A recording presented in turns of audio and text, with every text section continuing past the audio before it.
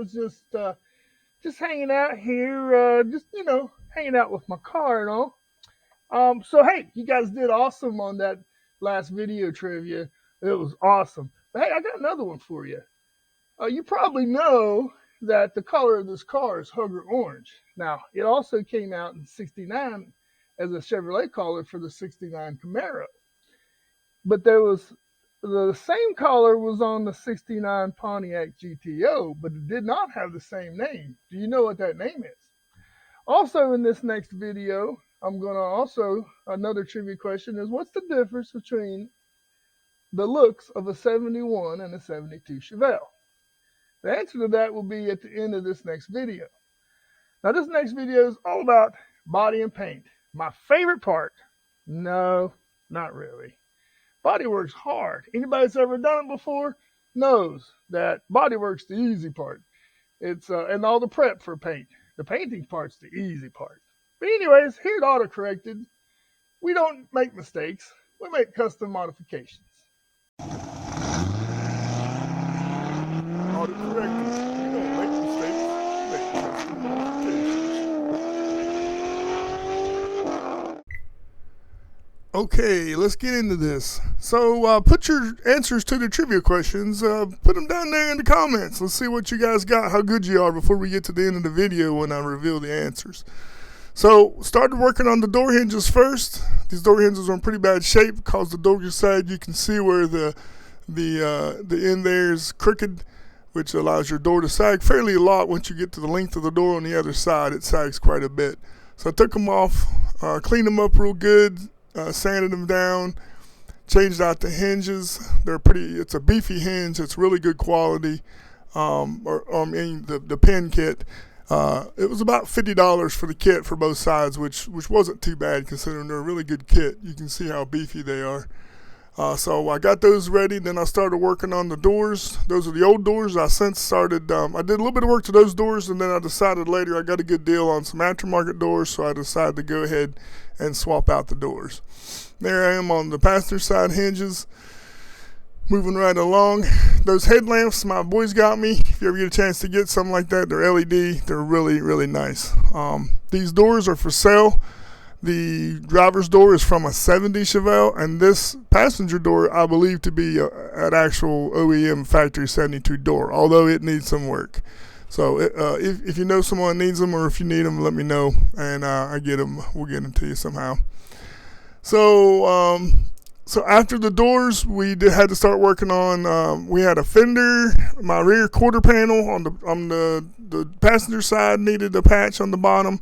Of course, I had all the glass out of the doors when I started all the body work. The glass out of the front doors and the rear quarters, and then I had to replace a lot of those items also. The regulators.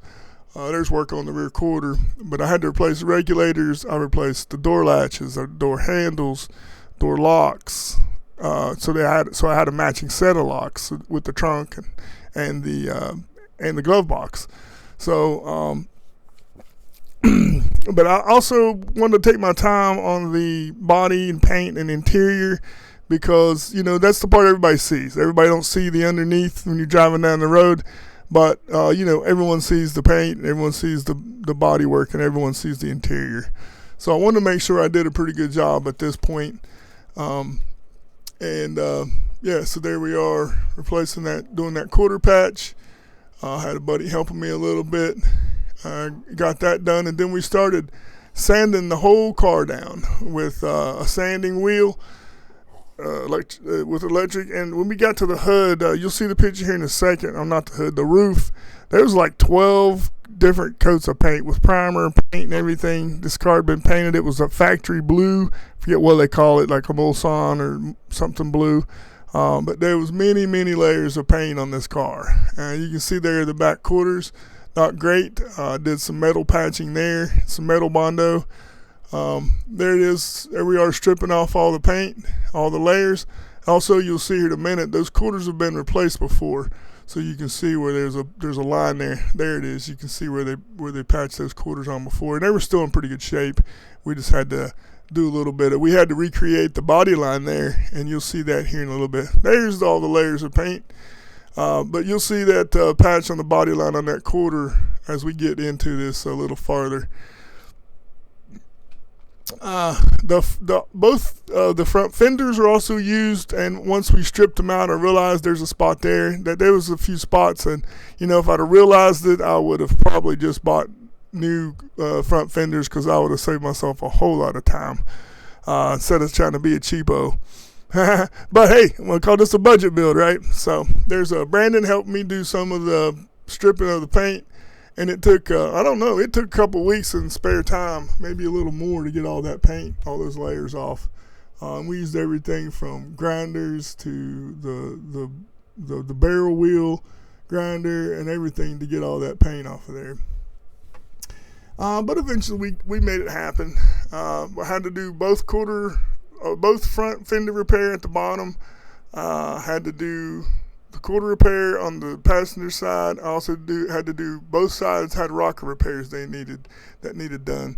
So yeah, it was. But I made sure I did that right though. I welded in, and then just did a little bit of icing over it to smooth it out. So I didn't do Bondo or any patches with rivets or anything like that. So I made sure it was solid, sturdy. The rust wouldn't come back. I wouldn't have any more holes later, because I didn't want to have to repaint this in 2 or 3 years once the rust started coming out. There's started icing the roof there, and you can see the tape for the body line we were creating on the quarter there. There's some icing that's sanded down. Started with the roof and worked our way down to the rest of the car. There's the new door replaced on the driver's side. And you can see I still got the old seats in. Of course, I don't have any interior in it. And another picture of the door. And so at this point, there's Puppy Dog. He was hanging out with me. Probably wasn't a snack at this point. But he's always my quality control inspector on this build. So I had to put him in here. I had to prep I did paint under the hood, under the trunk lid, and in the door jambs. I painted them separately. You'll see that here in a second. There we are, recreating that body line on the quarter. What we did was put the tape on, put some icing on the top, and then we put the tape, after we got done with that, we put the tape on top, put the icing on the bottom. We had to do that several times to get it right. I thought it turned out pretty good. It might not be perfect to the trained eye, but it turned out pretty good. And there's Brandon helping me do some spraying. Got to get those younger guys involved, especially if they're interested in it. He did a pretty good job. He helped me spray some primer. Of course, he can get down there in them spots where the old me's can't quite get to. But he did a real good job helping me out, and I really appreciate his help and his work. And like I said, I love getting the younger guys involved. Yeah, love getting the younger ones involved. There we are, putting down some primer.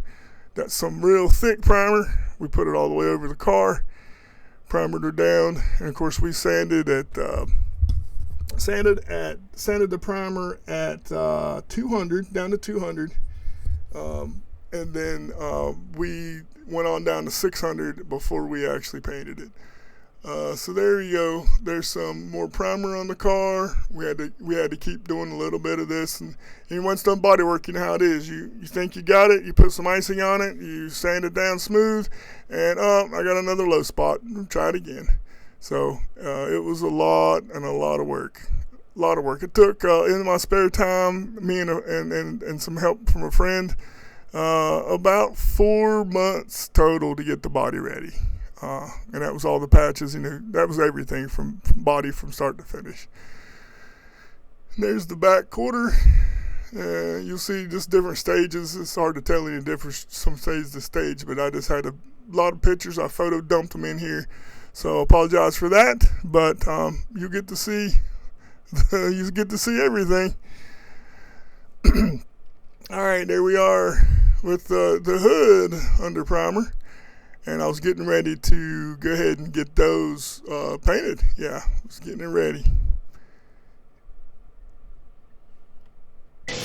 All right, here's a video of me painting under the hood. I had my respirator to the right. I had just had it off, and I forgot to put it back on. And a lot of people busted me last time. I'm sure you are too. Appreciate the concern, but here we are painting under the hood there. All right, here we are mixing up the paint. Again, that's Hugger Orange. And that's the next morning after I got through painting under the hood and under the deck lid and the doors you can see there in the distance in the far side there, and all the door jambs, you'll see them here in a second. Turned out pretty good. Just a $20 hobo freight gun and a little bit of willpower, and didn't turn out too bad. So then after there's the trunk jam, and you'll see the door jams here in a second.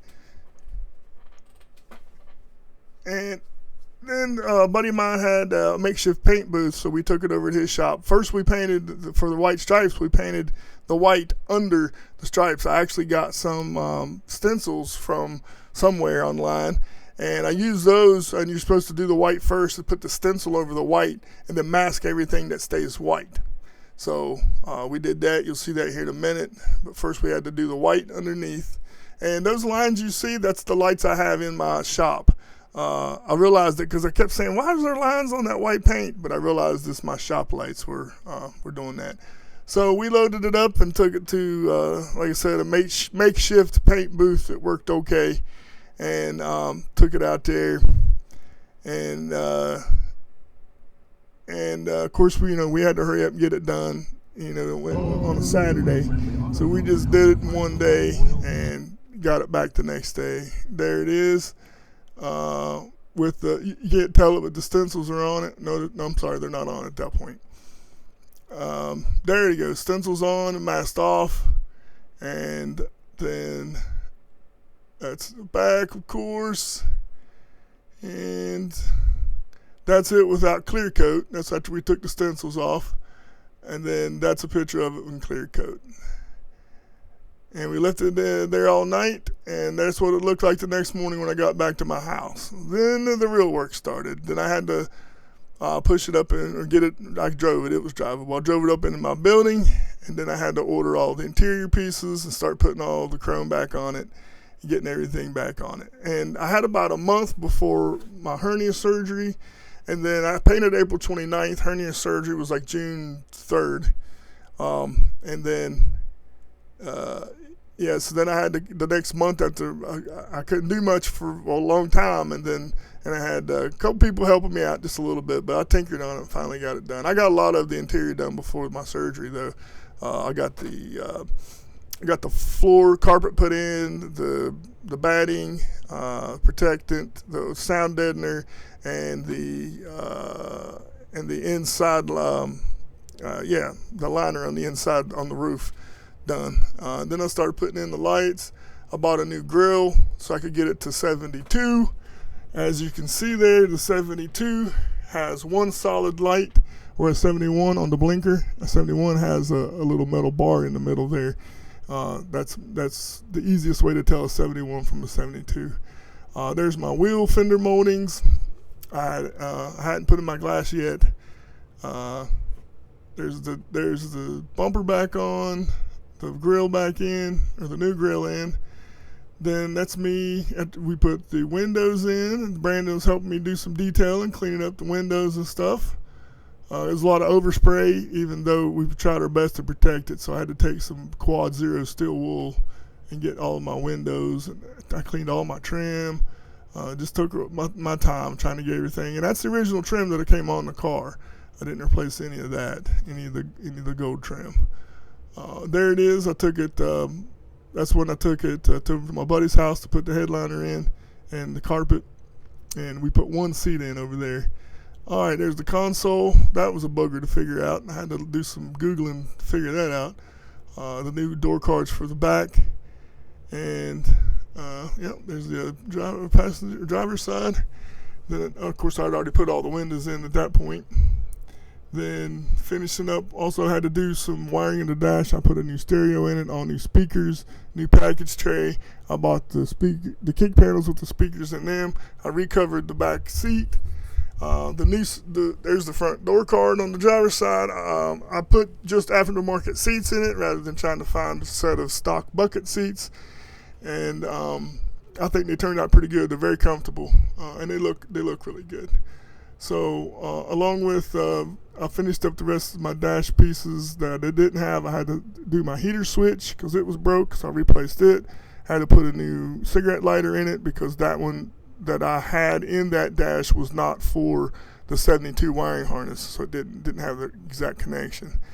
So there it is there it was at my buddy's house, and there it is, pretty much finished. The interior finished on it. Pretty happy with how it turned out, but there was a lot of work on that interior.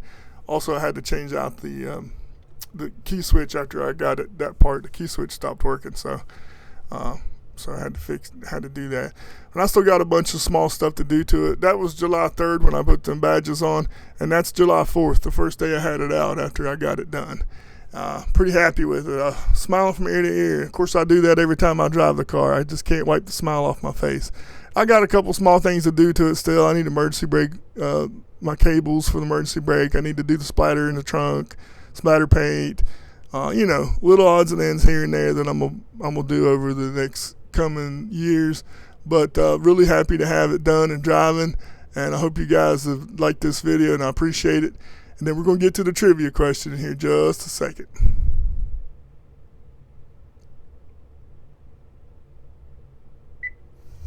All right, the main difference between the 71 and 72 Chevelle is the front marker lights. As you can see, there's a split in between the two lights there.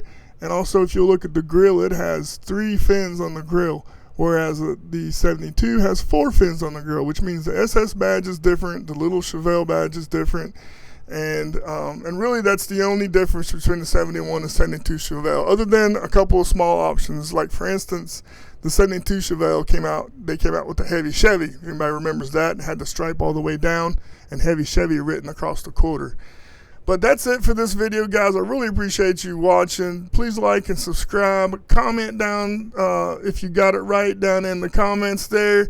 Help me out and support the channel. If you're having Thanksgiving this week with your family, be sure to enjoy the time with your family and your loved ones. And I hope you guys have a great day. And remember, here at AutoCorrected, we don't make mistakes. We make custom modifications.